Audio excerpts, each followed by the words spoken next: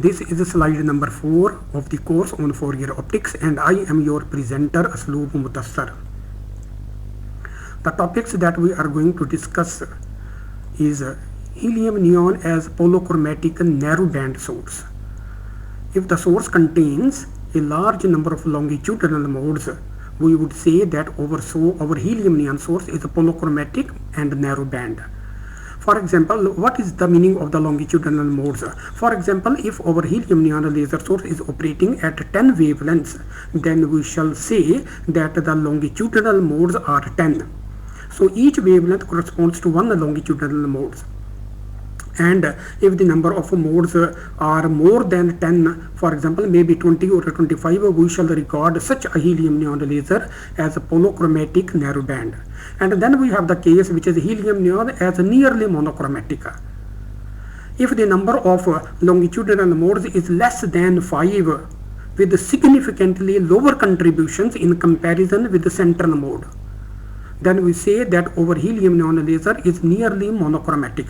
You know that when the laser operates, then the profile is Gaussian shaped, and there is a central longitudinal modes, and around that central longitudinal modes the other modes are located on either sides of that mode. So we shall regard that mode as the central mode. The other modes should have significantly lower contribution in comparison with the central mode. Then we regard such a helium neon laser as a nearly monochromatic laser. So you know that now the lasers with the 3 longitudinal modes are very easily and frequently available at very cheap rates. Sunlight is regarded as a polychromatic broadband source because it contains full visible spectrum and also the other neighboring spectrums, for example some UV informations and also in the infrared. So since in the Fourier optics we shall be mainly talking about the visible spectrum, so with respect to that one we regard the sun as polychromatic broadband source. So field at a point in space vary with time, and thus time averaging is required. For example, if you have a detector placed in the sunlight and you want to measure the intensity will not be constant, but the intensity will vary as a function of time. So if you want to estimate the energy, the intensity of the sunlight, you need to take the average of those data. So time averaging is important when we are using polychromatic broadband source.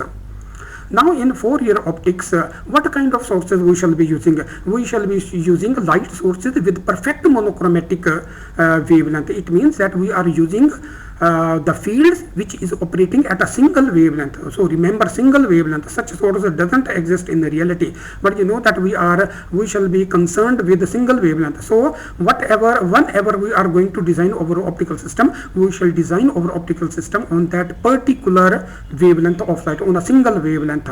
And such a source should have definite spatial coherence, because you know that spatial coherence again mean that is the relative phase difference between the waves is fixed on a single plane. So we shall regard such sources to have spatial coherence. And so our source is perfectly monochromatic and have a significant amount of spatial coherence. Now in the Fourier optics, when we study when we design our optical system on a single wavelength, then the next objective will be to generalize our derivations, our analysis to the cases where we are using narrow band laser sources, narrow band light sources, or the broadband light sources. We shall do the generalization whenever it is required in our Fourier optics cases. So the generalization to other types of sources is also an important part of a Fourier optics. So here now this is the end of the slide number 4.